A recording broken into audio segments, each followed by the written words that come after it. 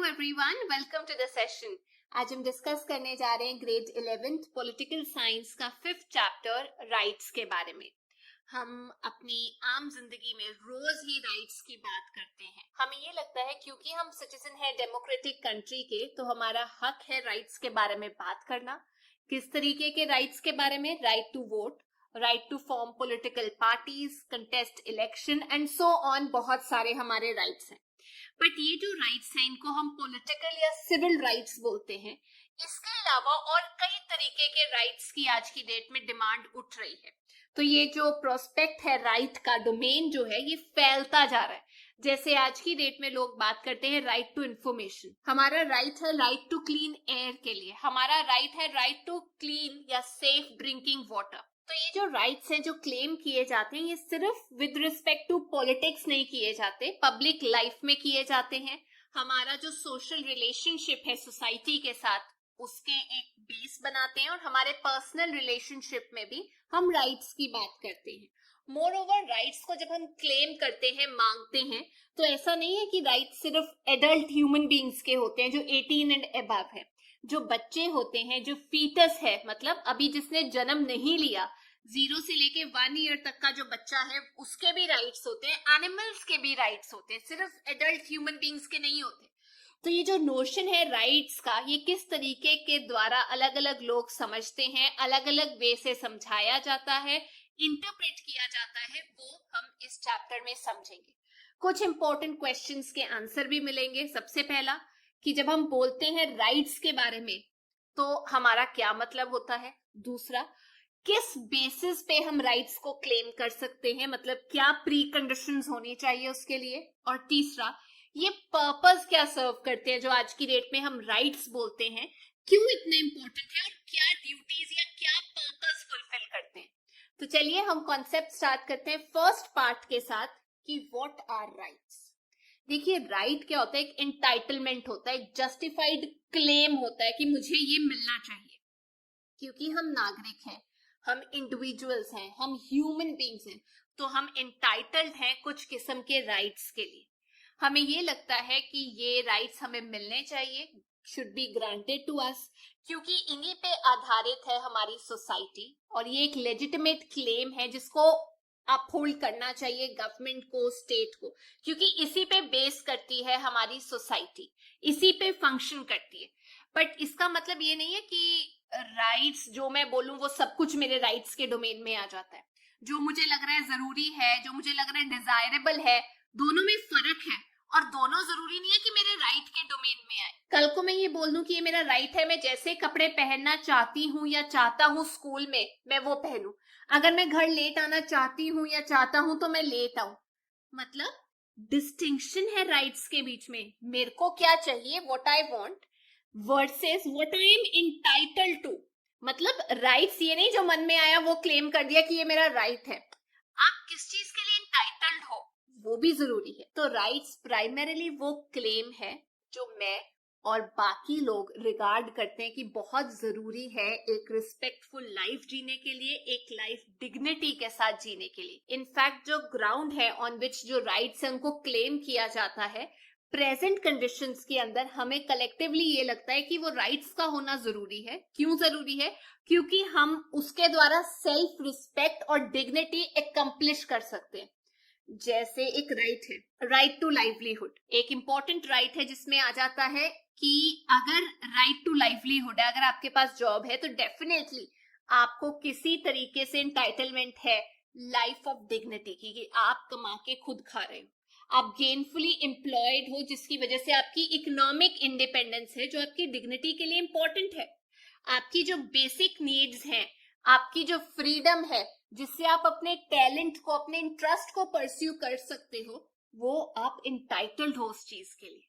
On the other hand अगर हम बात करें कि हम अपने आप को फ्रीली एक्सप्रेस कर सकते हैं, जो हमें एक अपॉर्चुनिटी देता है कि हम क्रिएटिव हो, ओरिजिनल हो, बेशक किसी भी तरीके से हम अपने आप को एक्सप्रेस कर रहे हैं, लिख के दे रहे हैं कुछ, डांस के जरिए, म्यूजिक के जरिए या किसी और क्रिएटिव एक्टिविटी के जरिए। बट आप ये समझ रहे हो जब आपके पास फ्रीडम ऑफ एक्सप्रेशन है एक डेमोक्रेटिक गवर्नमेंट के अंदर, तो ये फ्रीडम ऑफ एक्सप्रेशन जो है इसके ऊपर लिमिटेशन होनी चाहिए। मतलब ये नहीं है कि आप किसी को वर्बली अब्यूज कर सकते हो। तो इसीलिए डेमोक्रेटिक गवर्नमेंट जो फ्रीडम ऑफ एक्सप्रेशन आपको अलाउ करती है कि आप किसी बिलीफ में अगर विश्वास रखते हो तो आप उसे एक्सप्रेस कर सकते हो, आपका कोई ओपिनियन है आप उसे एक्सप्रेस कर सकते हो, लेकिन साथ के साथ आपको ये ध्यान में रखना है आप किसी का राइट ना इन्फ्रिंज करें वो करके यूज। तो राइट्स जैसे right to a livelihood, right to freedom of expression, ये सब इंपॉर्टेंट राइट्स कंसिडर किए जाते हैं क्योंकि सब ह्यूमन बीइंग्स जो सोसाइटी में रहते हैं इन राइट्स की उनको जरूरत है और इन राइट्स को किसी ने हमें दिया नहीं है, ये यूनिवर्सल है नेचर में। मतलब कुदरती हमें मिलने चाहिए क्योंकि हमारी एक डिग्निटी है, ह्यूमन बीइंग्स की अपनी डिग्निटी है जिससे वो अपने राइट्स क्लेम कर सकते हैं। तो एक पार्ट हमने ये पढ़ा कि राइट्स का होना जरूरी है, इन्हें यूनिवर्सल इन नेचर डिक्लेयर किया गया है। बट इसके लिए एक और ग्राउंड भी है, वो ये है कि राइट्स हम मांगते हैं और जरूरी भी है हमारे वेलबींग के लिए। एक इंडिविजुअल अपने टैलेंट अपने स्किल को डेवलप कर सकता है अगर उसके पास राइट हो, जैसे right to education, right for assistance, कि आप अपनी कैपेसिटी डेवलप कर सके, कि आप रीजन कर सके, मतलब यूजफुल स्किल डेवलप कर सके और चॉइसेस ले सके लाइफ में। इसमें एजुकेशन एक इंपॉर्टेंट रोल प्ले कर रही है जो एक यूनिवर्सल राइट होना चाहिए कि सबको एजुकेशन मिल रही है। बट कई बार ऐसा होता है कि आप कोई ऐसी काम कर देते हैं, एक्टिविटी में इन्वॉल्व हो जाते हैं जो आपकी हेल्थ को भी अफेक्ट कर रहा है और जो आपके आसपास हैं वो भी उससे अफेक्ट हो रहे हैं, उनका वेलबींग भी अफेक्ट हो रहा है, लेकिन आप कह रहे हैं कि नहीं नहीं ये मेरा राइट है, ये मेरा क्लेम है, मैं इसे क्लेम कर सकता हूं। जैसे मेडिकल रिसर्च में ये बताया गया है कि कुछ ड्रग्स जो है उन्हें प्रोहिबिट करना चाहिए, हमें नहीं यूज करना चाहिए क्योंकि उनका हमारी हेल्थ के ऊपर असर पड़ता है, हमारा जो रिश्ता है दूसरे लोगों के साथ वो अफेक्ट करता है और साथ में जो हमारे आसपास लोग हैं वो अफेक्ट होते हैं अगर हम ड्रग्स लेते हैं, इफ वी स्मोक टबैको। तो इस केस में ये बताया जाता है कि स्मोक करना आपका राइट नहीं है, स्मोकिंग जो है इंजूरियस है आपकी हेल्थ के लिए भी और जो आसपास लोग भी हैं। तो जो ड्रग्स हैं वो आपकी हेल्थ को इंजर करते हैं, आपके बिहेवियर पैटर्न को इंजर करते हैं, दूसरे की लाइफ को डेंजर में डालते हैं। तो हम जब डेफिनेशन ऑफ राइट्स के बारे में बात करते हैं, प्लीज अंडरस्टैंड ये एक्सेप्शन है कि स्मोकिंग या ड्रग्स लेना जो बैंड ड्रग्स हैं उसको आप राइट नहीं क्लेम कर सकते। तभी आपने देखा होगा कि पब्लिक प्लेस के अंदर जो स्मोकिंग है उसे प्रोहिबिट किया गया, उसे रोका गया, आप नहीं कर सकते क्योंकि बाकी लोग अफेक्ट हो रहे हैं। आपका कोई राइट होना ये जरूरी नहीं है कि दूसरों को अफेक्ट नहीं करेगा। अब हम बात करते हैं सेकेंड टॉपिक की कि ये राइट्स आते कहां से। देखिए 17th और 18th सेंचुरी में बहुत सारे पॉलिटिकल थ्योरिस्ट थे जिन्होंने ये बोला कि राइट्स हमें नेचर ने दिए हैं, भगवान ने दिए, इसीलिए इंसान ने राइट्स जो बेसिक राइट्स थे उनको बोला कि वो डिराइव्ड है नेचर से, तो वो नेचुरल लॉ बन गए। लेकिन जैसे जैसे सोसाइटी चेंज हुई, definitely we were born with those rights, but जैसे जैसे सोसाइटी चेंज हुई हमने ये देखा कि मैन की जो थिंकिंग है, इंसान की जो थिंकिंग है वो डेफिनेटली स्टिल वहीं पे है कि कुछ बेसिक राइट्स होने चाहिए, जैसे right to life, liberty, property. हमने इनके साथ जन्म लिया है, ये राइट्स जरूरी है, एक पावरफुल नोशन है जो कोई स्टेट, कोई कंट्री, कोई ऑर्गेनाइजेशन हमसे ले नहीं सकता। लेकिन ये कॉन्सेप्ट कि ये नेचुरल राइट्स हैं और भगवान ने हमें दिए, इसको लोग अपोज करने लग गए। वो कहते हैं हम लोग इतने साइंटिफिक हो चुके हैं कि इनको हम नेचुरल राइट्स नहीं बोल सकते, हम आपको एक नई टर्म देते हैं जिसकी वजह से हम नेचुरल राइट्स को आज की डेट से बोलेंगे ह्यूमन राइट्स। क्योंकि आइडिया ये था कि जो सेट ऑफ नॉर्म्स हैं, जो नेचुरल लॉ है, वो एक्चुअली नेचर ने नहीं लिखा, वो भगवान ने नहीं लिखा, वो एक अनएक्सेप्टेबल आइडिया बन गया। राइट्स को एक गारंटेड नोशन माना जाता है जब आपका जन्म हो जाता है एज ए ह्यूमन बीइंग, मतलब automatically minimal standard of life होने के लिए आपको वो राइट्स मिलते ही मिलते हैं क्योंकि आपकी एग्जिस्टेंस एक ह्यूमन बीइंग के तरीके से, आपकी एक डिग्निटी है। तो अभी तक हमने ये पढ़ा कि राइट्स जिनको आज तक हम नेचुरल राइट्स बोलते आए हैं, अब वो नोशन जो है उसको अपोज किया जाता है और उसको ये बोला जाता है कि डेफिनेटली वो राइट्स के साथ हमने बर्थ लिया है, स्टैंडर्ड राइट्स हैं जिसके साथ एक मिनिमल गुड लाइफ जी जा सकती है और उनको कोई छीन भी नहीं सकता, स्टेट, गवर्नमेंट कोई नहीं ले सकता। लेकिन ये नहीं हम कह सकते कि ये आइडिया जो है ये नेचुरल लॉ का, नॉर्म्स जो लिखे गए हैं वो नेचर ने लिखे हैं या भगवान ने लिखे हैं, ये अनएक्सेप्टेबल है। ये राइट्स आज की डेट में गारंटी है जो आपको मिलती ही मिलती है जब आप जन्म लेते हैं। तो अब ये नोशन चल रही है कि सब ह्यूमन बीइंग्स एंटाइटल्ड हैं कुछ राइट्स के लिए, बिकॉज वो ह्यूमन बीइंग्स हैं।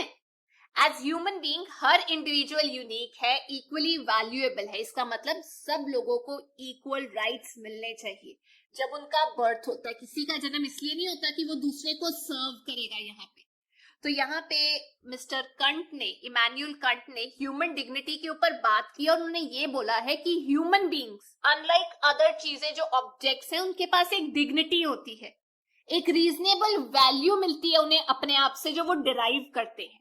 तो ये जो 18th सेंचुरी के जर्मन फिलोसोफर है इमैनुअल कंट एक सिंपल आइडिया देते हैं जिसका एक डीप मीनिंग है। वो कहते हैं हर इंसान की अपनी डिग्निटी है और डेफिनेटली उस डिग्निटी को रिस्पेक्ट करना चाहिए। क्योंकि एक इंसान अनएजुकेटेड है, किसी और कास्ट से है, कोई और जेंडर है, इसका मतलब ये नहीं है कि उसकी डिग्निटी खत्म हो गई, उसको मिनिमल डिग्निटी मिलनी चाहिए।